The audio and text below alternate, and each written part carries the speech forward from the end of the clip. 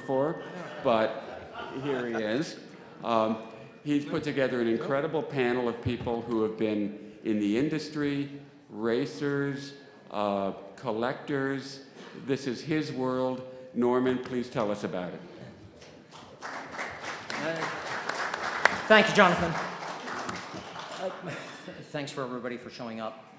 We came here to talk about today a really special slice of cars, a special segment of very limited production cars that came out of Detroit in the 60s that a lot of people aren't aware of. They think the muscle car era and the horsepower wars started in the mid-60s, but it was really going on from the early days.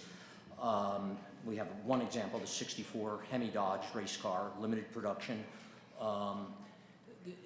The distinguishing factor of these is made in very small numbers. They were street legal, and they were special lightweight cars. This has aluminum front ends, aluminum bumpers. This car has no back seat. They were very, very, small segment of what was sold. So, the progression was that the automakers were putting bigger and bigger engines in the cars and putting more compression in them and better cylinder heads, but then they got to this point where it was necessary to get some weight out of the cars. They were full-size cars, and the best way was acid dip components, thin sheet metal light steel components, and then finally aluminum. And all of the automakers participated in this, and it was all factory sponsored stuff. And some of them were pretty ridiculous, 12.5 to 1 compression in the early 60s.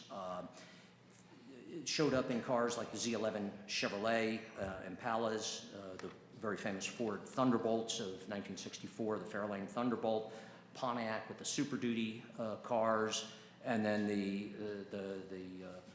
Chrysler, Dodge and Plymouth Max Wedge cars, the 426s, and finally the race Hemi cars, which of course are sort of the top predators of the species. They were a lot hotter in their day than the street Hemis that followed. So we're pretty well represented on this panel. Here we have, it would start from this end, we have Dave Kofel, who was part of the factory Chrysler racing team, engineering team. He is a drag racer himself, started with Chevys, then went over to the dark side there. Instrumental in a little bit later version of the 68 lightweight Hemi Cudas and Darts, which were not street legal cars. They were slightly different, but in his job he supported the early. Bill is he's sort of the living history of this class, and a lot of the living history of drag racing. He started in the California Central Valley with 348 Chevys, moved on to Z11s, raced Ford Thunderbolts for Mickey Thompson, and then became a Chrysler factory racer, raced the Hemi 65 Plymouth Super Stockers, then in modified production. He also represents where this class went, because it eventually went to the factory experimental cars and later to the funny cars. At the end of the panel, we have Howard Masalis, who I've also known for many decades, may be familiar to some of the people in this room for his years at Hearst, but his credential is as a Pontiac racer. He raced the Super Duty cars and the famous Swiss cheese cars. They were also lightweight noses, lightweight frames, very, very special, very limited production cars of that era. And they were sort of, I regard them as almost the troublemakers of that era. They caused all of the other factories to raise their game. Howard then went to work at Hearst and service shifters for people for many years at the drag strip. You were having trouble with a Hearst shifter, you went to see Howard. Now works for Moroso Performance, so he's still very much in the game. All of these guys are the real deal, is the point of that. I'm going to let them tell their stories. and we'll eventually get to, you know, allow you to ask some questions. Yeah, the point of what we want to, you know, stay on is this early slice of cars that were so special as the factory lightweights. Let me start out by asking, particularly the race, you know, the people who are deeply involved in racing in the era. How much horsepower did these cars have in the day? Were you able to dyno those engines? Dave, were people running those Hemis on dynos? Did you have a good calculation? Yeah, we okay on volume here? A little more? Okay. In those days, we were allotted one dynamometer in engineering for drag race only. Uh-huh. And one of the people who did that dyno work is still around. His name was Greg Charney. And we did a little bit of everything because we only had one dyno, so you had to share. But there was a lot of the super stock cross ram dual 4-barrel work done there. And to show you how things have changed, in those days, a really good engine would probably have made 550 horsepower. Then we go forward to about 1980, and one of those engines, a good one, record holder, would have made 640. Wow. And now here we are in 2015, and a good one will make almost 1,000 and have a peaking speed of probably 1,000 RPM higher. Right, and it's still with unported cylinder heads? Well, no, they've relaxed the rules a lot, so it's difficult to compare power readings then to power readings now. Understood. But that gives you an idea of, you know, every 10 years was 100 horsepower. And I just learned something. I didn't know Greg Charney worked at Chrysler. He had a wonderful A990 car. Yeah, one Indy. Yes, right. I remember watching his car many times. The earliest days were, you know, in the dawn of the 1960s. You know, it started out on not a full bore contest among the factories, but Nick Smith was racing in those days, and he's a Ford guy through and through, from here in Plymouth. And Dad was a Ford dealer. Was your grandfather a Ford dealer too? No, just my dad. Just your dad, that's what. I wonder if you'd tell us a little bit about the first of those very special Fords of the limited production, super high performance. Well, of course, you'd have to go back to '57 when things were pretty active between General Motors and Ford, mostly Chevrolet and Ford. But that got out of hand pretty quickly, and I think the AMA shut them down, and everybody abided by the rules for a couple of years. But, you know, the manufacturers don't want to wait too long with that. And so by the, in '59 and '60, things started to change, and Ford was sort of lingering behind General Motors, and you'd probably have to say that at that point, Chrysler was just starting to wake up a little bit with performance. But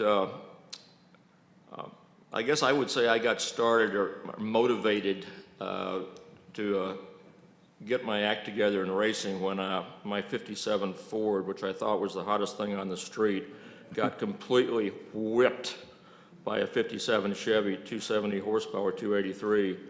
And I went home with my tail between my legs. And it took me until 1960 before I sort of figured out that, and Ford helped a little bit because they came out with a 360 horsepower, 352 high performance engine in 1960. But by '60, of course, Pontiac was on the table with a great product. Fortunately for Ford and Chevrolet, there weren't as many Pontiacs at the drag strips. But the 360 Ford was a very competitive car, and because of there was a lot of them on the drag strips, they won a lot. Chevrolet had a 335 horsepower Ford, a 348, which was reasonably competitive, but typically not quite as fast.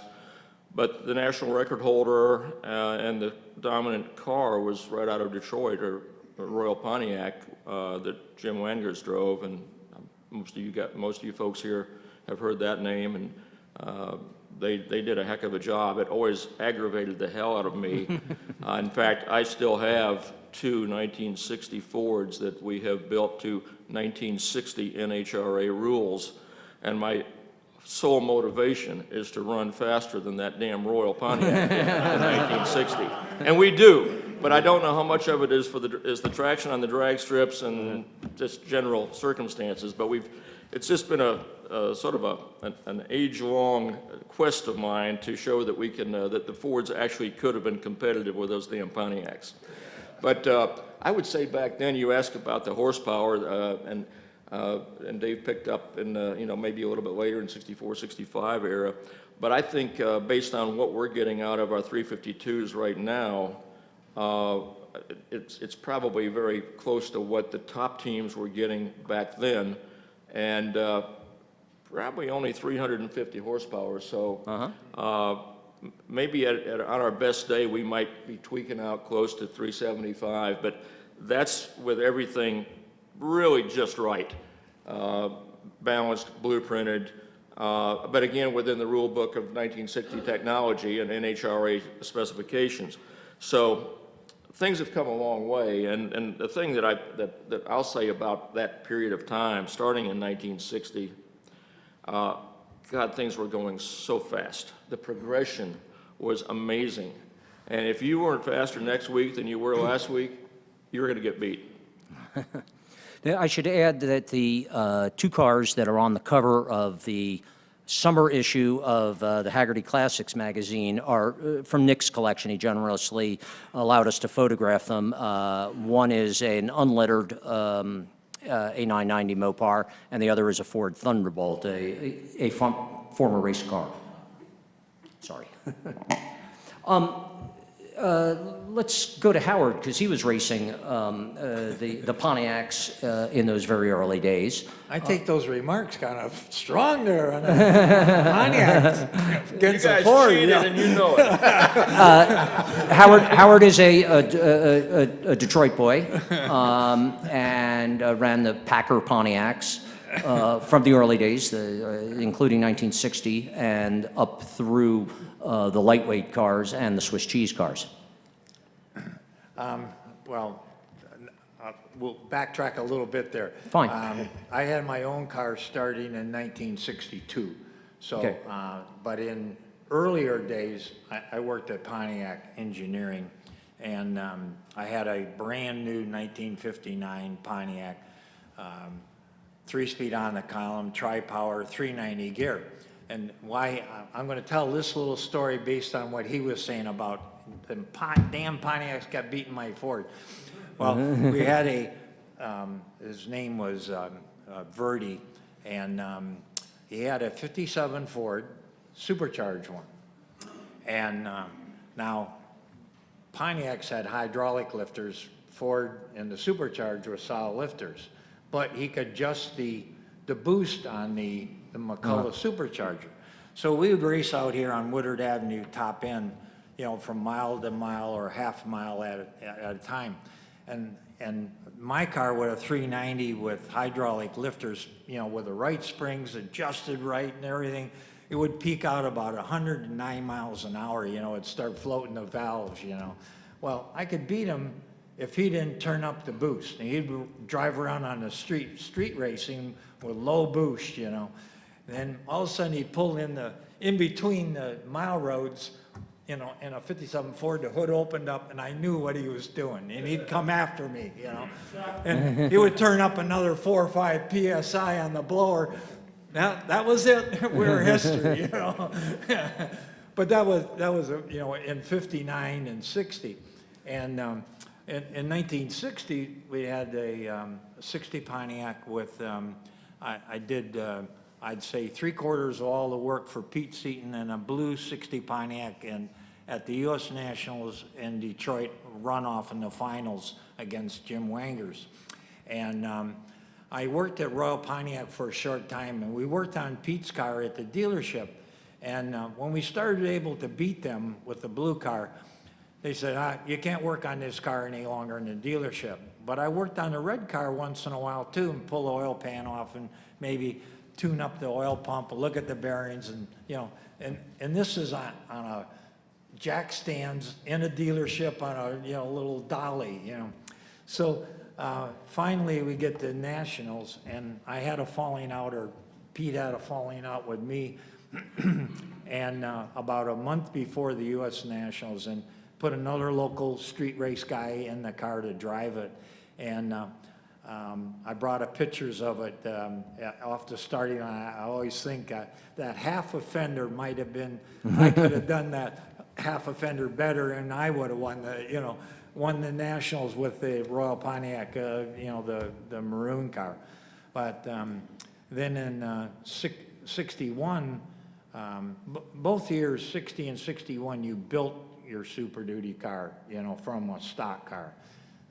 Pontiac had a great parts department, great parts selection in the catalog. And that started as early as 1955, 56 with a NASCAR. And Pontiac was always, was NASCAR, favored, and they dictated what the drag race guys got, So, we had gear ratios, race gear sets from 2-something all the way up to 614 back then was unheard of.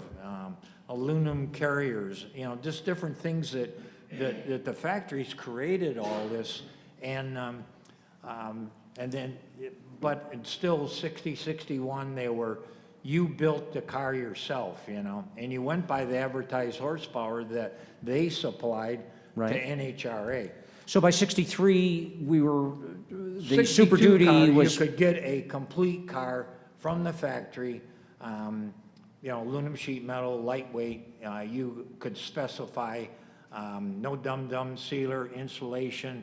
You could write on the order a light kit, lightness kit. Wow. But you got these cars, and some were better, built than others, They built something like 250 Super Duty cars, So, and then, of course, 62, we had a banner year for Pontiac at the drag strip all over the country.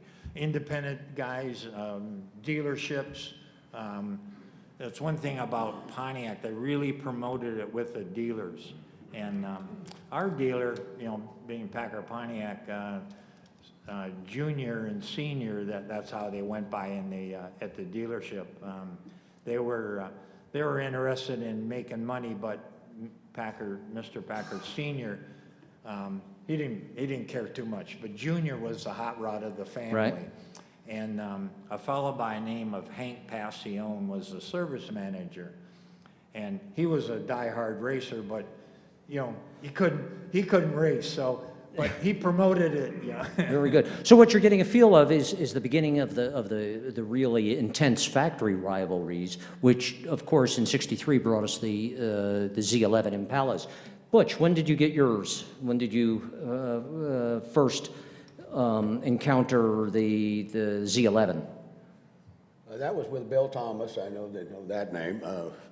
Was fortunate enough to get a Z11, aluminum front end car, a 427 truck engine. Actually, is what they were, and ran real well. And I was fortunate enough to be at Bill Thomas's, and he called me in one day and said, "Butch," he said, "I got some bad news. Chevy pulled the plug on racing." I went, "Wow. What am I going to do now?" I'm thinking to myself, and he said, "Well, I'm going to give you this number." He said, "Call Mickey Thompson." He had heard about it. He had Pontiacs at the time. Right. And Many. many Pontiacs. And he said, he went, I understand he went to Dearborn and has a Ford deal. So I don't know one thing about a Ford. So I get on the phone, I'm 18 years old, 19, I get on the phone, call Mickey. He says, come see me, so I came and he hired me. Well, I get my first lightweight 63 Galaxy. So now I've had a lightweight Chevrolet, and now I got a lightweight Galaxy. Whole different thing. Went to Indy, didn't run well. Came back, worked on it, as like they said. And getting, you have to be in the clique with the factory, and of course Mickey was. Then you get little pieces that no one else can get because they're trying these parts. And then I'll go faster, they introduced this car. We all flew back to Dearborn. Let's see, the Les Ritchie, Gas Ronda, Phil Bonner, Dick Brannon, and the Tasca. They're introducing the Ford Thunderbolt. And pretty interesting. And so this is a great story. We're walking around, and Gas Ronda and I were, of course, from California, so we're walking, and he's 12 years older than I was, and he says, Butch, he said, let's go look at these cars. I said, how are we going to do this? He said, well, we'll sneak in. I said, well, let's do it. And this was at the Yeah, well, Dearborn Proving Grounds? Right, they were at the proving ground. Right. In this big building, they were in this big building, there were 7 of them, the first 7. And so, here we go. Guy at the gate, we just walked through like we owned the place, and anyway, here they are, they're all sitting there, and they have absolutely 6 of them had the ungodliest looking hood you've ever seen. 4-leaf clover over the top of the 2 4-barrels. This one had a real nice head scoop, one. And they were numbered 1 through 7. Actually, 1 through 7, I think they had, because Brandon didn't have a number at that time. But this number 6 car had the good hood. I call it the good hood. So That's the characteristic teardrop hood of the it's now the Thunderbolts. teardrop hood, right. And so I said to myself, wow. So we're having a drawing that evening at this big banquet with Henry Ford, and Mickey Thompson's with me. And so to make it everything fair, the next day we're going to go test these cars for Henry Ford and on the proving ground. So we're sitting at the table, and they want us to draw numbers. So the gas draws a number, and I see it. I'm looking at his eyes, and I'm watching everyone, and I'm looking at his eyes, and I can see his eyes get big. I draw number 7. He draws number 6. I go, well, I'm sitting here like with Dave. I go, and I came back up, didn't say anything, and 2 or 3 minutes later, Mickey looks at me, and he said, what's wrong? I said, nah, not much. And then I tell him, I said, we snuck a look at these new Thunderbolts, and this one number 6 car's got the good hood on it, blah, blah, blah. That was the end of the conversation. So the next morning we get up, I got our little suits and our 1-inch ties on, and we go to the proving ground, and we're gonna run these cars. And I'm walking down, and I looked up at Gas's car. It doesn't have the good hood on it. I look at my car, I call it my number 7 car, mine's got the good hood. I went, well,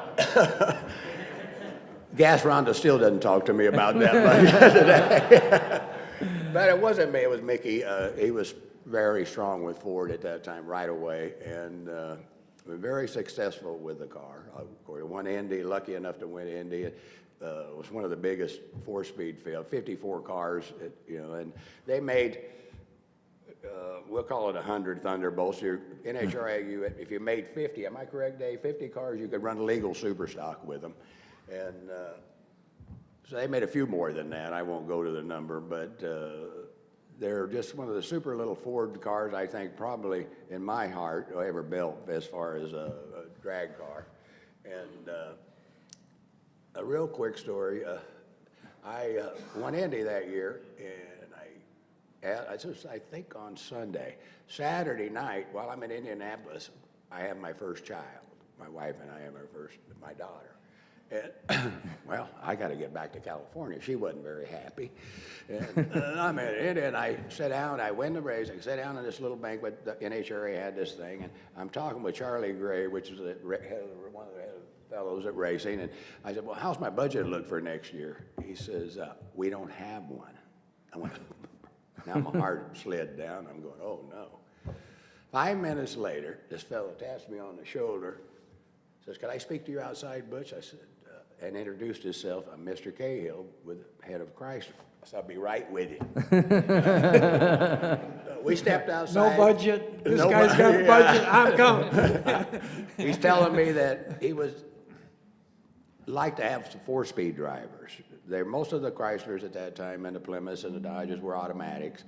And he said, I have Sox, Ronnie Sox and Buddy Martin, and at that time Landy and Dave Strickler. And I said, yeah, I'd like to be part of that. That was with the altered wheelbase. That introduced the altered wheelbase cars. 6 Plymouths, 6 Dodges, I think. And they kept one of the Plymouths for a mule car. But it was one of the most greatest experience I've ever had in my life to have one of those vehicles and run it. And as Dave can tell you, they had a clinic and they were very adamant about the CCs in the cylinder heads and blah, blah, blah. Well, I immediately didn't like that, so I'd call and get some new aluminum heads, and I'd take the seats out and keep cutting them down where I wasn't supposed to do and put more compression in it, and it ran better and better and better in those days. And we had injectors on it, came with carburetors, the cross ram, small injectors. We went to bigger injectors. Hilborn made us some real nice injectors, and I made some bigger throttle blades later on for it, but it was a fabulous car. But introducing, real quick, going back to 1962, I had a 409, and Hayden Profit had a 409 at Bill Thomas's. And it was the first time I'd ever seen it. I think Chevy made 6 aluminum fenders, hood, and inner panels for actually a Chevrolet. I went, wow. Well, of course, then the Z11s came with the same package. And then I went to Ford, they were fiberglass. Then I went to Chrysler, and they were acid dipped in aluminum. And it was all about the lightweight stuff at the time. We were gaining strides. When you say, Dave, just big, giant stride. It's not now where you can gain 200s. We were gaining 10s by doing this. And they made a lot of power, actually. We made quite a bit of power. We were talking about the horsepower. The high riser made quite a bit of power for its day. The thing would go like right at 130, and it'd go in the 10s, high 10s. The altered wheelbase car, I think I ran the best of 960, 945 on gasoline. They were 2,700 pounds, so I don't know how that equates to how much power it made, but it was very fast. I think Bill Bagshaw, which you heard, the Red Light Bandit, we ran his Pro Stock motor in the 70s, I'm guessing 72 or 3, at Shaver's dyno, and it made just right at 725, 730. Mm-hmm. So they were at 426 cubic inches. So that was, made good power then. So, and they were 550 maybe at the beginning. So, we're making good strides. So I had a very good career in the early 60s, and to be able to drive a Chrysler, Chevrolet, Chrysler, and Ford, I'm very fortunate to have that opportunity and win as many races as I did. And he certainly did. We won't talk about all of them. Part of the important background of that, which I hinted at before, was this, in the 60s, was the era of the AMA, the Automobile Manufacturers Association, had an agreement, a ban on racing. And so all of these development programs and all of these racer support programs vastly were out the back door. They were somewhat secret. They didn't have budgets that appeared in normal places on a budget line. It was a very clandestine effort in that era, and I find that particularly fascinating. Dave might be able to, talk a little bit about how they were getting the money for those and how they were contracting racers in the days when there was an AMA ban. Well, the big thing even in those days, we working better? Yeah, just get a little closer to it. Okay. There you go. The way it worked in those days is that we almost didn't belong to the system.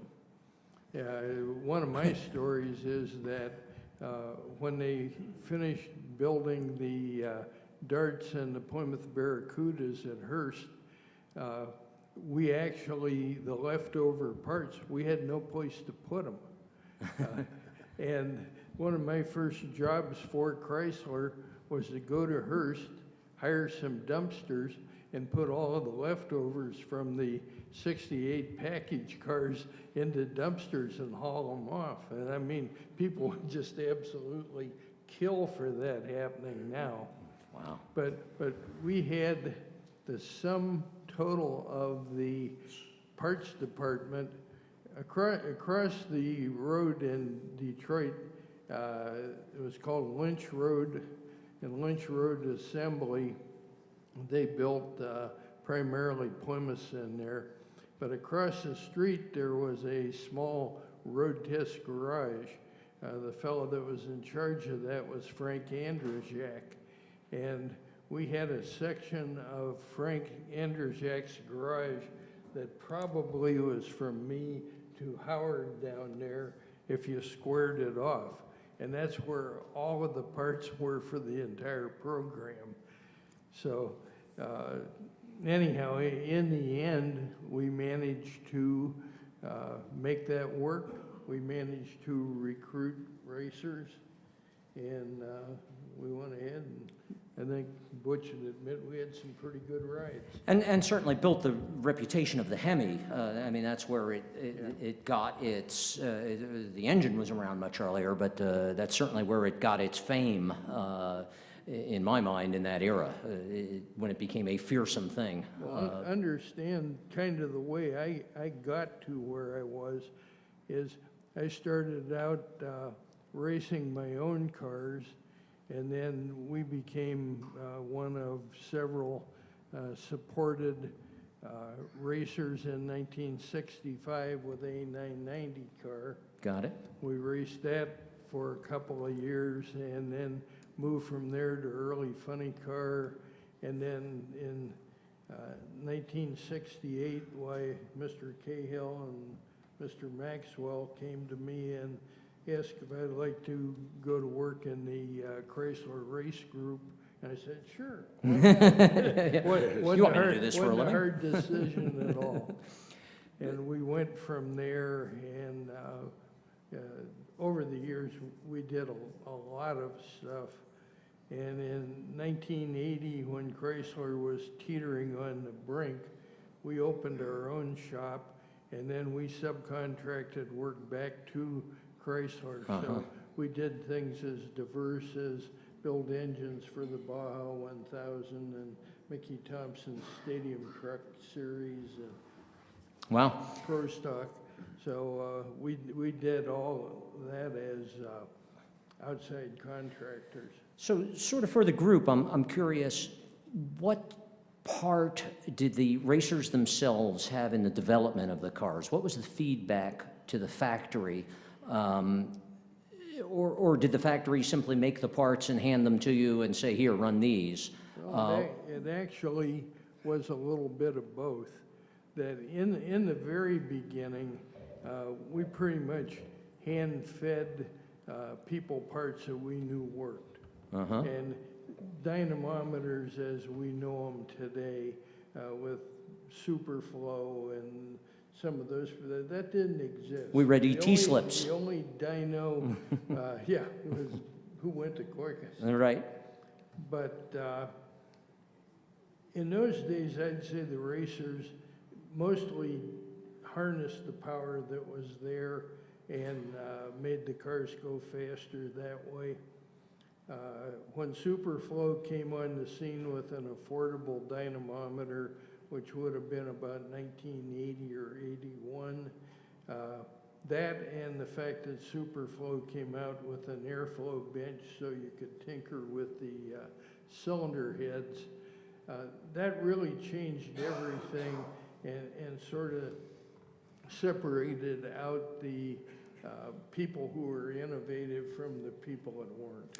I remember racing on Sundays and going out to dinner, all of us after the Eliminator was over, and the guys who had Chrysler factory deals, Callahan and Salk and those guys, would have to make a call in to the factory and report what worked and what didn't. Butch, can you talk about that a little bit? Let me break in on Butch for a minute. Okay. That Please do. That wasn't an option.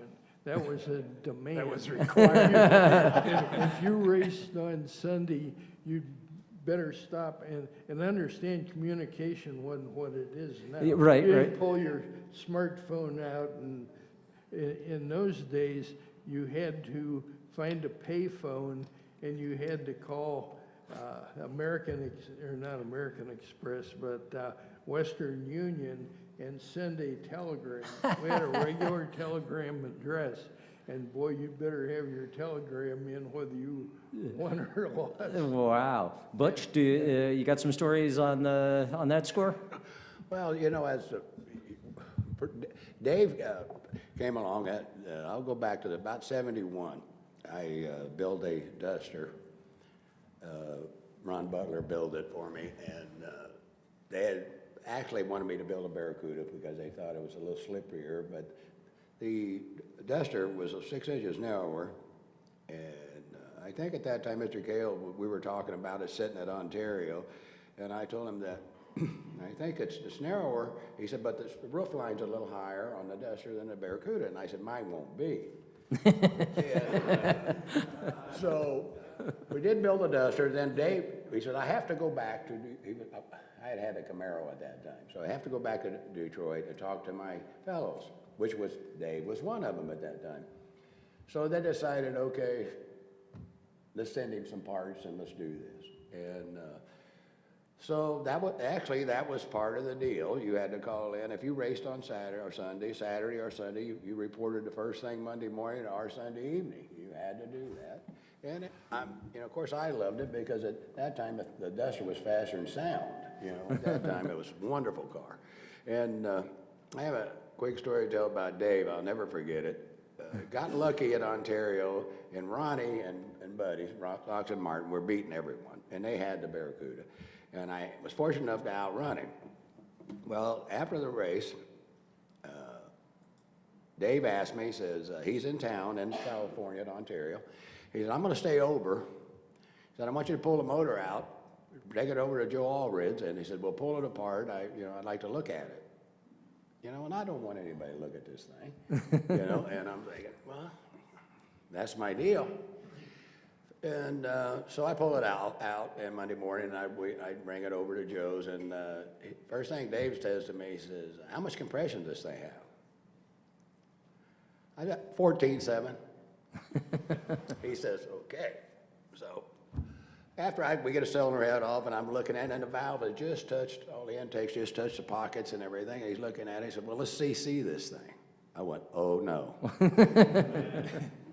Well, it ends up being a little over 15, and I said, then Joe looks at me, because I had redid it, and Joe already looks at me, he said, before I take it apart, he says, do you know how much it's got? And I said, no, hell no. Everything I can put in it. But it turned out right, it ran well, and, you know, as you've been a California fellow at one time, they always call the Detroit people and factory here always call it, we crossed the mountain, we didn't have any power. Right. Well, I'm saying, I've got to fix this. Now, you got to understand, they come out here and California run well, we go over the mountain, we can't run, and said, I'm going to fix it, so I just started throwing everything I could at it. And, Right. Sometimes that was a benefit, sometimes it wasn't, as Dave can tell you. And, but Dave, I'd call in, most of the time I wanted something. I could get all the parts, you know, it wasn't transmission, but bearings. I used Chrysler bearings, and I used valves and tons of rocker arms. And I was so fortunate that Dave never actually said no to me. And then it wasn't a fortune, but it still was out of the budget. And even I wanted to know how much money they were spending, but I never got told. But that's really interesting. It's the people you meet, and Dave did a wonderful job. If you just go back in the record books, look what Chrysler accomplished in the early pro stock days. I mean, they almost dominated. Jenkins was fast, you know, you got Dino Don, and our goal was to beat those people, you know, and we accomplished a lot of that. And I'm pretty proud of being connected with Chrysler. Proud of Ford in the early days and Chevrolet, and I ended my career with Pontiac in pro stock in the 80s, and did well with those, and designed cylinder heads, as Dave says, with the flow bench, and made cylinder heads for Pontiac, and they were successful. And but without that, you can't do it, really. You just very fortunate to be there at the right time, and been very lucky. I raced for 4 decades, and I tell everybody I did it without having a real job. So in my life, so that's Howard, pretty cool. did the Pontiac racers have exposure to John DeLorean and George in that era? What happened is, like probably a lot of guys here in this building here, we had support from the dealerships on a local level. Uh-huh. You know, everybody, you know, worked at the dealership, or they bought a car and they knew somebody at the dealership and said, well, how about sponsoring my race car, you know? And back then, I mean, sponsoring a race car, you know, for me, my first, you know, real race car, 62 Super Duty car, I bought the car. I paid for it on a monthly basis, you know, whatever the pay, you know, little pay stub, and you off the Right, you know, right. check went. But the agreement with the dealership, and I'm sure a lot of these guys out here can relate to that, is that you went down to the parts manager and said, well, I need, you know, some bearings, I need some gaskets, and they wrote it off to whatever the budget at the dealership had. And then, but at the same time, Pontiac, in our case, they did a lot of promotion, advertising, and dealer help. And if you went to the races, and I relate to, because in the early days it was more NASCAR than drag strip, you always had a Pontiac dealer on a Pontiac car. And then like at NASCAR, you had maybe 4 dealers, one on each fender, one on each quarter panel. So they worked out a deal, you know, the dealership helps foot the local motel bill, tire bill, and we'll reimburse you with a good deal on parts or cars or something. Right. And in our dealership, and I think everybody had their own little guy at the factories. Our guy in Pontiac was a fellow by the name of Frank Barnhart, and he was in charge of parts and accessories. And you could call him up, he was the sweetest, nicest guy, and relate to what, you know, like, well, we need this, Frank, and he would go through the channels and get it done. But at the same time, you know, racers, like all of us, we can do it better than the factory. Right, you know? right. Yeah, we know how to make the car go faster, you know. So we had a lot of feedback. Of course, Royal, they're out promoting, not necessarily racing legal cars, you know, all the time. They wouldn't really go to a national event. They'd be out promoting the Pontiac name and winning, even though maybe the car wasn't, you know, legal, you know. But Understood. they would go to a track and promote Pontiac, you know, the Royal Racing Team's coming, you know. But they would race a local GTO, which had a 389, and they got a 421 car engine in the car, you Right. know. So, because they're not losing, you know, they're not supposed to lose, so we're going to cheat, you know. So, and then. Excuse me. What did you mean by maybe it was legal? So, Told you they cheated. We'll tell, can we tell the Jack Worst story, Indy So, 71? let me just have one more thing here to say. Now, in Detroit area, you had a war against the dealerships, even though it was a Pontiac. You had Stanlong, you had Royal, you had Packard. There was all kinds of, you know, competing against each other. Well, they took all that, you know, information and you know, like George would supply information, George DeLorean, if you know I'm referring to his brother, John DeLorean. We would, from a dealership level, feed information through our parts guy. And you know, on a dealership level, we worked off the budget of an advertising Understood. budget rather than getting direct support in cash. We would Got it. get it in parts. Understood. Let me ask Nick. Nick's collection, he's very, is the word ecumenical. He owns, you know, Pontiacs, Fords, Chevys. The Chevy disappeared after '63, really, from the picture. There was an engine transition in there. The Pontiacs tailed off after '63 to a good extent as they started to focus on the GTOs and the street cars.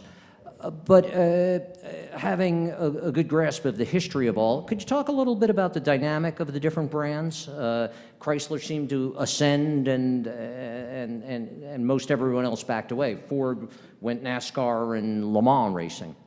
Well, I was going to comment in regards to the point you were making a few moments ago in regards to what was creating success among the racers. Did it come from the racers? Did it come from the factories? Obviously, it had to come from both. But as a Ford guy, and the Ford business has been in my blood since my dad got his first dealership right down the road here in Northville, right after World War II. So I'm still a Ford guy.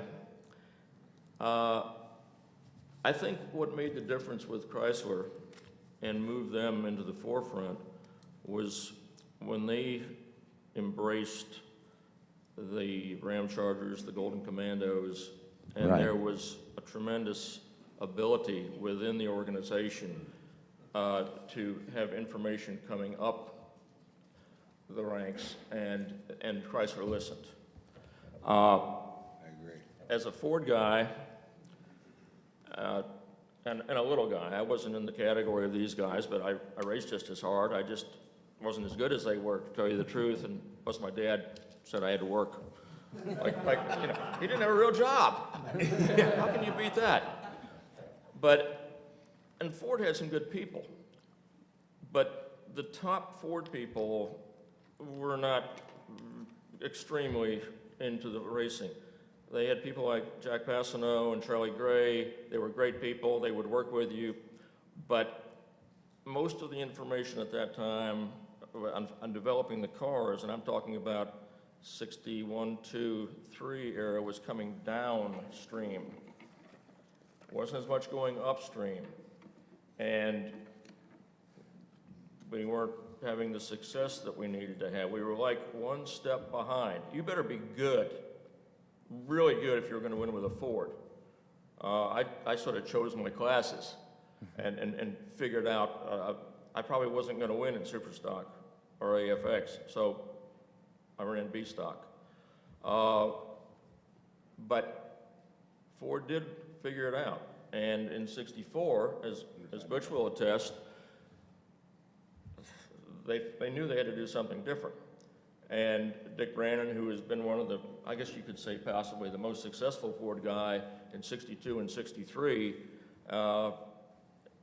one of the few Fords that was winning consistently, and in some cases, you know, winning big. In fact, Brannon in '63 with his lightweight car did set the national record for a while. But Ford actually put him as the coordinator of the Thunderbolt project.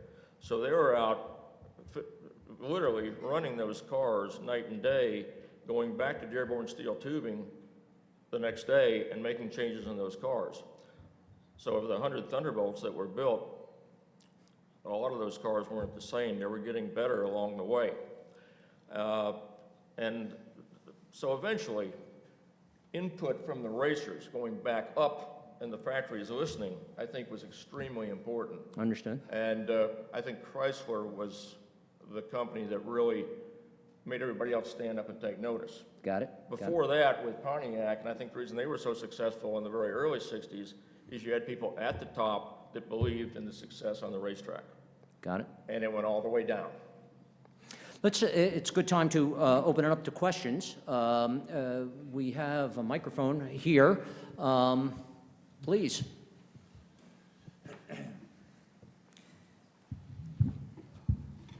I'm curious, and perhaps Butch could address this. You look at all these progressive lightweighting measures. You mentioned acid dipping. You mentioned use of aluminum. I think there were powertrain components that might have been magnesium at the time, intake manifolds, that kind of thing. Was there any Achilles heel to going too far in lightweighting that you might have seen at the racetrack? Component failures, you know, things that didn't work out as a result of maybe going too far with lightweighting. I mean, I've seen these Swiss cheese Pontiacs where the frame rails have, you know, huge circular cutouts, which perhaps couldn't have been good for the torsional rigidity of these cars. They weren't. Well, Can I handle that? I have evidence. Dave's going to address Let that. me address that. We knew that we had gone too far when, first of all, you had a regular K-frame in the front of the car, regular steel. That was step one. Step two was when you took the K-frame and you acid dipped it. Stage three was when you took that and you copied it in thin gauge stainless steel and pigged it together. And no man's land were the ones that they put together out of magnesium, which I had one, Grove had one, and Grove's collapsed coming down from a wheel stand, and so we called them all back in. So that was the progression, and yeah, we did go too far on some of it. I think there's a lot of examples of going too far with the lightweight to the point where the dependability was at risk. One of my favorite cars, and Howard would have had some experience with them, I believe, was the 63 Tempest Super Duty cars. They built 6 coupes and 6 station wagons for drag racing, and then I think they built a couple for USAC. Very unique, and the whole effort was to get weight transfer to the rear wheels, and I think they ended up with about 50% of the weight on the rear wheels. But one of the ways they did it, other than aluminum front end, was with the transaxle instead of a conventional front engine and front transmission. It was a very successful car. In fact, I don't think you beat that car as long as it made it down the drag strip. The problem is that oftentimes they didn't, and that was the Achilles heel. In fact, at least 2 or 3 of those cars were converted to conventional drivetrain. I think Vanke was one of them. I'm not sure who else might have done it, but Stan Antloser, that's right, 57 Stan did Pontiac that. rear end in it. Mickey Thompson did also. They Yeah, yeah. Got it? Hayden Crawford. Not, this is a Chrysler story from a Pontiac guy, but the recent published book, Ram Charger's History, they tell a little story about acid dipping, and they didn't want, now I might be wrong on this now, you'll have to correct me, Dave, is I guess they didn't want to know where the Chrysler or Ram Chargers did the acid dipping. So they sent these bodies to California by railroad, and they were acid dipped, and then they were shipped back to Detroit for the Ram Chargers or whoever.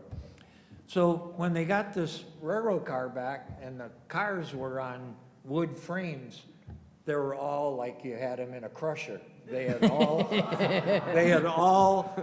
just kind of disintegrated. Very good. A little too much acid dipping Really? or not enough wash on the acid dipping. Some more Now, questions? David could maybe enlighten that because I'm not a Chrysler guy. Well, we eventually got smart enough to realize that you had to neutralize them after the acid dip. One of my favorite stories about the lightweight acid dip cars was Bill Stiles and Dave Strickler were together, and they got one of the Dodges. And when they went over to Amblewagon to pick up their car was right over there. And they said, well, what about that one over there? And I guess Branster, who ran the show there, said, well, that was acid dipped too much, and we're not going to use that car. I said, we'll take that one. So they get the car, they took it, they loaded it up, took it back to the shop, and Stiles was a pretty good sized guy, probably about 6'3", and probably even back in those days was about 230. So he was the mechanic in the car. He jumped in the car, sat in the driver's seat, and went right through the floor. So if you see that car today, or when it was raced, it has all kinds of extra tubing underneath the car Right. and in the driver's compartment straddling the floorboards so it would support the seat. Talking about acid dip, fast forward here, 68 Hemi cars built by Hearst. I was one of the outside contractor employees, along with some Chrysler employees. And, some of the people came to Hearst and picked their cars up. Some were just shipped to the dealers for whoever. So when when Ronnie Sox and Buddy Martin and Jake were gonna come pick their car up, we knew who was coming to pick the car up ahead of time, and we knew how fussy Ronnie and Buddy were on their cars. Well, the doors on those Barracudas or Darts were very marginal as being safe to even use because they were so thin. And some were beyond use, you know. So when Ronnie's car, when we were building a car for Sox and Martin, we made sure that it had nice doors on it, you know, because I was telling a story this morning about this. They would come and get that car, and maybe somebody knows a better story on this, but they would take the car to a place in Pittsburgh, Pennsylvania, and they painted the fire trucks, and this is how the Sox and Martin car became looking like a fire truck, you know, with the gold leaf and the red, the fire engine red and the blue, and then of course tied in with a white. But we always made a little special extra effort for Sox because they always had a perfect car. But Very good. some of those doors, we had fiberglass front end, but steel bodies. But the doors were very marginal on the acid dipping. Let's get some more questions from our audience. Yes, question about your engine development programs and how you translated that to the drag strip, putting the power on the ground. Did you have chassis dynos in that day, or how much testing did you do once the engine with more power was put in the car, like transmissions, clutches? What did you do then? How did you test the car? Wow. Go out to this, go out and race, and we changed springs and shocks, and we did it. At least myself, I did it, seat of the pants. Treated it as trial and error. Yeah, I fortunately through NASCAR and through Pontiac, Monroe shocks was really big. There were the shocks in NASCAR. In drag racing also, and there was other companies that had drag racing shocks, but they made me a set of what I say, you could take them apart and revalve them. And I used to go down to Monroe shocks in Monroe, Michigan, and they would change the valving, and we would do some burnouts in the parking lot, to get the squat right. It wasn't, it's not like today, you have 4 links and we got all this trick Right. stuff, So, we work with airbags, valving of the shocks, front springs. It was I guess most of the people did it by the seat of the pants, back then. And you looked at the patch of the tire, one's lighter or darker, you put more load on it, so both color, both patches were the same color, and they went out the same length, Well, What did you do? I'll enter into some What of did you that. West Coast guys do? Well, West Coast guys, we had mostly, we call a ladder bar. We put it on. And, we're dealing in the early days, 7-inch tire. So the back of the car had to be fairly soft to work with a 7-inch tire. Then, to make any money match race, we put 10-inch tires on it. Then we doubled up on the shocks because the Thunderbolt wanted to hop with a 4-speed. You're leaving almost wide open. The clutch out didn't want to hop. Well, it calmed that down, and I didn't do that anymore. But most of the time, I was fortunate enough to be around Don Nicholson, and he's, in my career, is one of the finest chassis men I've ever seen. And we'll go back before the 4 links, and it definitely was important. Well, Chrysler had their plan of putting this pinion snubber on, and it worked very well. Well, to do that, Dave can tell you, it was a little automatics, ran a pretty soft leaf spring. The 4-speed cars had to double up and have a thick spring, and that helped the thing. The 4-speed cars had a little more trouble with the acid dip part, go to that, had a little more trouble. Let the clutch out, was the Aller wheelbase especially, let the clutch out and it would just fold the fender wells in, the rear panels, unless you tied the frame together. We had to go through all that experience to get that handled. The rear window would fly out. We had to fix that, and other than that, everything worked properly. And Chrysler had, I'm thinking, Jim Thornton helped with his rear suspension back in those days, Dave, or who did that actually? Actually, Bob Tarozzi did. Bob Rosie Tarozzi? did some of it, Right. and they had two guys in the suspension lab. I can only remember one of them was Bushevsky. He was known as the rear end pull locker. Very good. But that's the way that we did it back then, and it was like, they were pretty simple. You go back now, we're like in the 80s, like you said, 4 links. If you don't know that much about a 4-link, that's difficult, but it all becomes the springs and shocks nowadays. But back in the day, you either doubled up on the rear, or you run a ladder bar or a snubber, and what Chevrolet have, what do they call that, the bar that came out, you remember, in some of the 4 slap bars, they use those. Well, the leaf spring cars had slapper bars, the Lakewood Slapper bar. bars, yeah, right, and that's how we did it, and if it went left or right, we just put more air in one tire than the other, and away we went. But you wanted it to go evenly and balance it out, and smooth the batteries. Of course, we moved the battery to the back, that helped. Right. You know, and everything, and so that's how that began. Yes, sir. Yes, talking about the early years when this all first started out and the wars, really what they call them, between Ford, Motor, GM, and Chrysler. In '62, and I don't hear a lot of guys talking about this, the Justice Department went into General Motors. They wanted to break them up as a monopoly. One of the concessions that General Motors board gave to the Justice Department was they would get out of racing. Corporate level, they got out of racing. The next level down, which was Vince Biggins, Zora Duntoff, and their whole group of engineers, didn't get out of racing. They were developing different heads and intake manifold and everything for the 409 racers of the '62 era. Also stamping out aluminum fenders, hoods, and inner wheel wells for them and other parts. All of this was going on with the board not knowing anything about it. Right.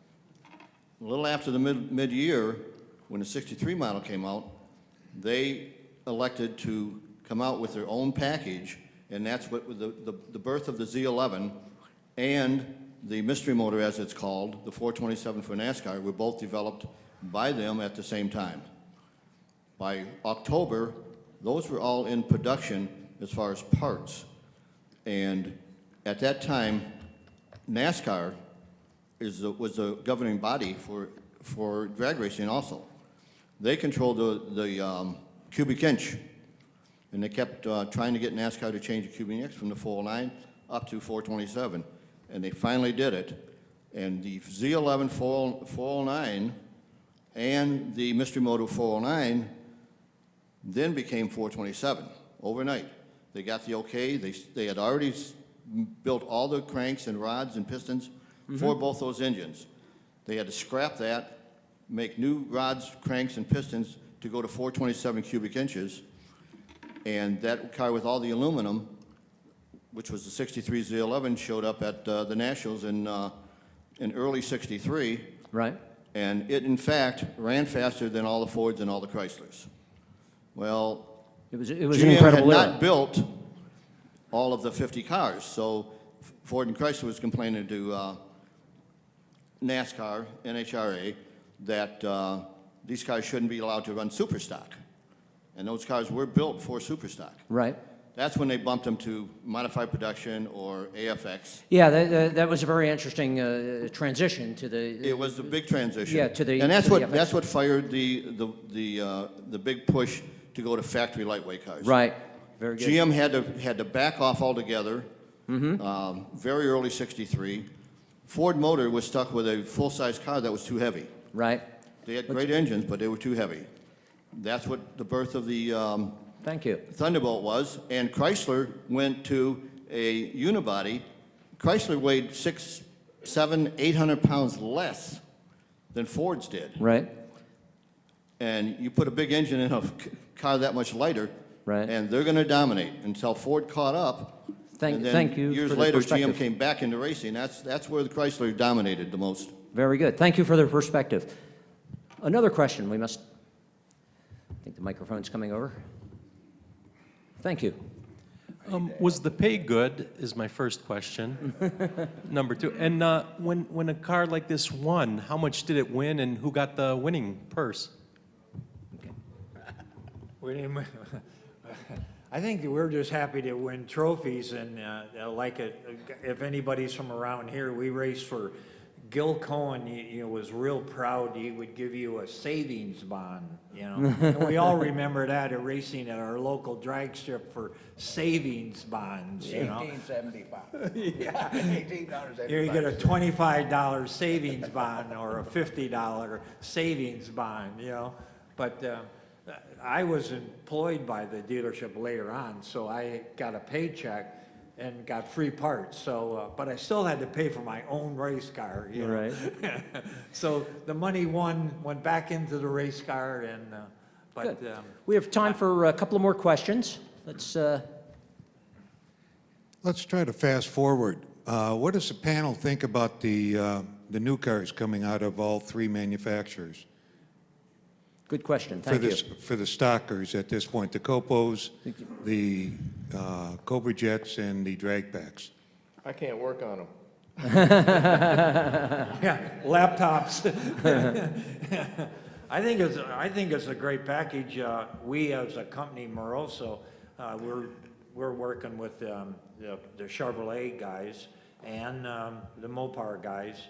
In fact, we're just got approved 2 oil pans for the Hellcat drag pack cars for 2015, and but I look at it here. Here's a supercharged, let's say Mustang or Copel Camaro, going in in the 8s. That's pretty impressive for a factory delivered car. It's yes, the engine is blueprinted. The chassis is built, up in right by Rochester, Michigan. It's a lightweight body per se, not acid dipped or anything. It's just a body in white. I've been there a number of times to develop product for that, but nowadays, 8-second car that theoretically is just like buying my '62 Super Duty car from the dealership in 1962. And I think the program is great, and if NHRA and the car companies do something right, I think you're going to see bigger and better programs on that application. Great, thank you. One of the things I'll make a comment on, Norman, and Please. I'm still in the retail car business today, and I'm happy to see it because I think one of our biggest challenges is getting the youth back into cars and performance. And we've lost a lot of them. They're all walking around like this, and we, you know what I'm talking about. And it's a tough battle right now to get their hearts and their minds back into cars. But whatever we can do as manufacturers and dealers, Good. enthusiasts, we have to do because we all got a lot invested in this. I think the whole country's got a lot invested in cars. I think it's a way of life, and I sure hate to see that drift away from us. Good for you. Good point. One last question.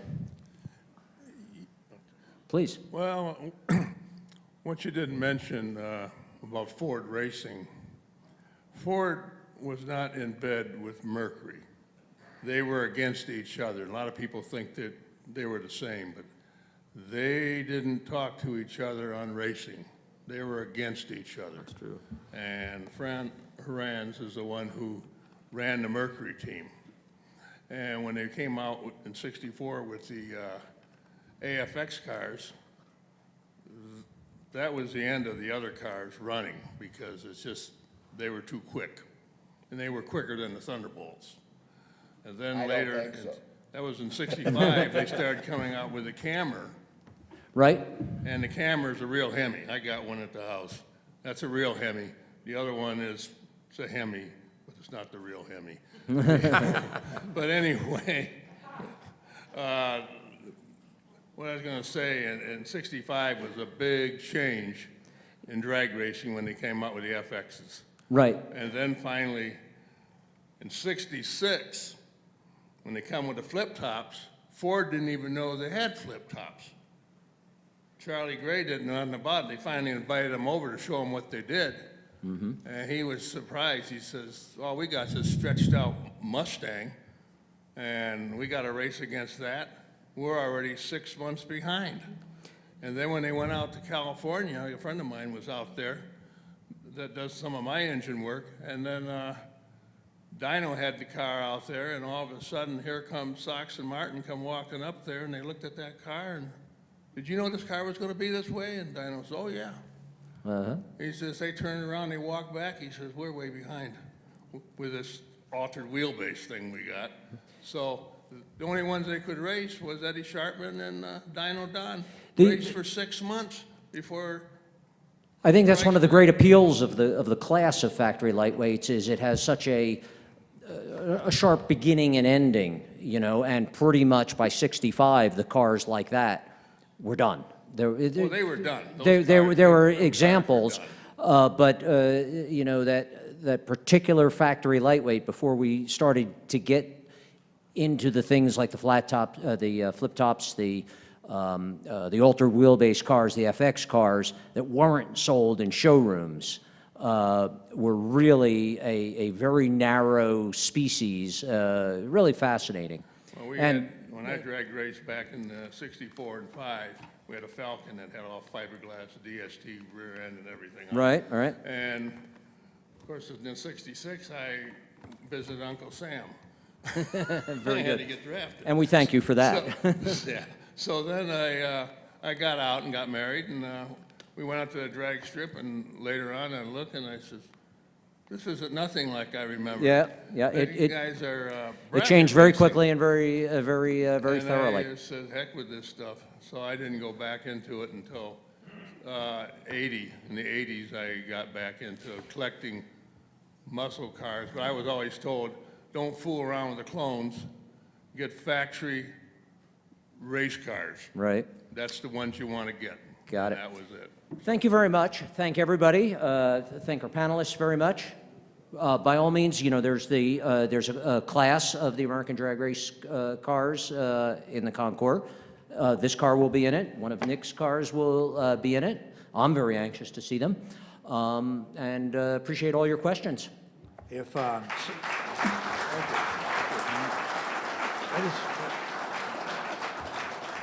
I brought some pictures, you know, because the subject lightweight.